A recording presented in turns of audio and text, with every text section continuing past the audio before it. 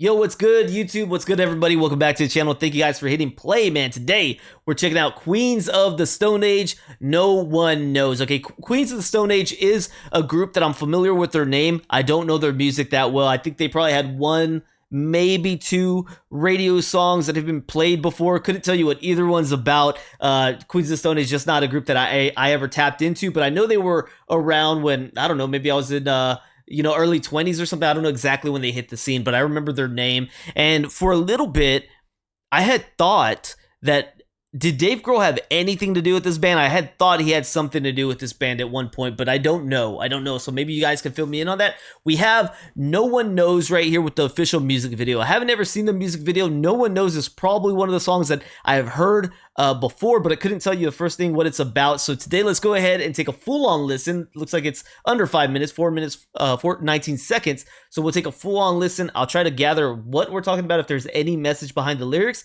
and afterwards we'll take a dive into it, but we also got the music video. So appreciate the donation request. Let's go ahead and read this one off real quick. It says, "Hi Sean, please react to this. No One Knows. It was released as the first single off of the Songs of the Deaf and went on to become Queen of the Stone Age biggest hit. The lyrics deal with hallucinatory drugs, narcotics, and prescription drugs, and the positive, negative sides to them, as well as the unknown effects." Okay, so we're going to go into this with that in mind, dealing with these narcotics, these different types of drugs, positive, negative effects. Okay, let's keep that in mind. Let's go ahead and hit play and see if the music video plays into that tone any at all. Here we go. Don't forget to like, subscribe, check out the description, consider becoming a member, man. Let's hit play.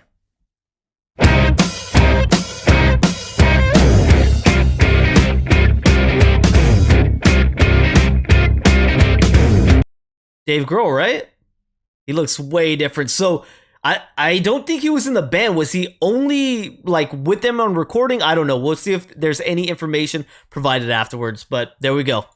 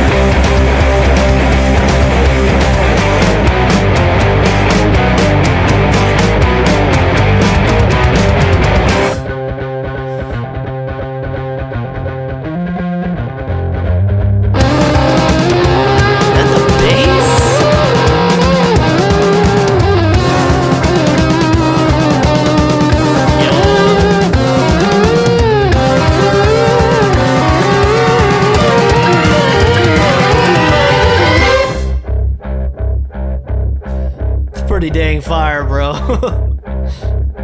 Heaven smiles above me. What a gift here below. I don't know if they're just hallucinating now. But no one knows. Gift that you give to me. No one knows. No one knows the gift that you give to me. No one knows. So that kind of wraps up those lyrics right there at the end. And like you said, if they're talking about the feelings, positive, negative, right there at the end, the gift, man, the gift that you give to me, the way he feels when he's intoxicated on these drugs, altered state of mind, altered state of consciousness, that's between him and that drug, right? We can see it from the outside, but we don't know quite what's being experienced on the inside of the person doing those things. Me, thank goodness, to my own person insanity, not to judge what anyone else does. I just know what my body is capable of, and I know my body and mind cannot handle drugs and narcotics and heavy substances, things of that nature. So thankfully, I dodged bullets along the way and stayed away from the stuff, even though I was very close and very personal with many people who did different things that for some reason, man, I just didn't ever try, and I'm thankful because the things I did try were too much for me as it was, and just thankfully, man, I didn't ever let the peer pressure slide me into something I couldn't come back from. So that's dope right here. So you're saying this is potentially their biggest hit ever. You said the biggest hit ever. This one sounded amazing. We did see Dave once again. I don't know if it was for the video. Don't know if he was actually on the studio recorded. Don't know if he was on the whole album. Don't know any of that. So we're going to dive in and see what we can pick up. But that was exciting to see. And bro, did he bust those drums up. Loved the final, like this climax that happened like in this area where they were all going crazy. The bass. At first, I'm thinking it was a guitar, but I'm looking, I'm like, wait, is that a bass? That bass was dope, man. The bassist was dope. Guitaring was dope. Everything about this was sounding really good, man. Sounding really good. So shout out for my first full, like, sit down listen of this song. It was very enjoyable, man. Dope stuff. And thank you for giving me context behind what was being said. I had to say, without those lyrics down there, though, at certain points in the song, there's no way I would have even really been able to understand what he was saying. So those lyrics came in clutch too. Appreciate it, man. Let's go ahead, dive in, and learn a little bit more about this one. All right, check it out. No One Knows from Queens of the Stone Age off the album Songs for the Deaf. We have this one released in 2002, considered stoner rock, alternative rock, hard rock, boogie rock, blues rock. Josh Homme and Mark Langen on the songwriting duties on this song, man. It says this one was a charting success. It became part of the band's, or becoming the band's first single to chart on the Billboard Hot 100 and their only single to top the US alternative charts. The song was also critically acclaimed, receiving a nomination for Best Hard Rock Performance at the 2003 Grammys Awards. All right, background and writing. The main riff is reminiscent of Cold Sore Superstars from Desert Sessions. Haven't ever heard that song or anything like that before. According to Home, No One Knows existed before the recording sessions for Songs for the Deaf. We have patience with music. A year or 5 years down the road, it may kind of rewrite itself and become what it's supposed to be. There's 2 songs on this record that are over 5 years old. You know, God is in the Radio and No One Knows. Recording for Songs for the Deaf began in March 2002 at 3 studios across California. Though the liner notes credit Home and Eric Valentine with producing the majority of the album, including No One Knows, Home credits Valentine with merely recording the beginning of the album for contractual reasons. All right, so scrolling down here to personnel, we can see that Josh Homme is on rhythm and lead guitar, lead vocals. Dave Grohl right there, man, on drums. Nick Oliveri on bass, and Anna and Paz Lechantin on strings. All right, we're doing our best to try to get these names out there. So let's go ahead and dive in and see if Queens of the Stone Age, if they have him as a past member. They do have Dave Grohl right there as a past member, man. So he's on that thing. He's on that thing right here. It says that they started in 1996 and they're going to present. They're out of Seattle, Washington, US. They have covered alternative rock, stoner rock, desert rock, hard rock, alternative metal. They've had quite a few different spin-offs, but they're still going today with Mr. Josh Holm behind the helm, dude, still steering the band. So if y'all know any of the information right there with Mr. Dave Grohl, because it says John Theodore was on drums with them. Is this the same gentleman? I know Zach De La Rocha from Rage Against the Machine had a side project. I want to say it was One Day. I don't remember if their group was called One Day as a Lion. I forget the name of the group, but that might be it. But I want to say this might have been the same gentleman's name that he did that group with, but man, that's been so long ago, and it was such a short time. They came out with like one album with like 4 or 5 songs, and that was it. So if you guys know any of the background with Mr. John Theodore, if that's who I'm thinking it is, and if Dave Grohl was a part of the band, did he just help them write some material briefly?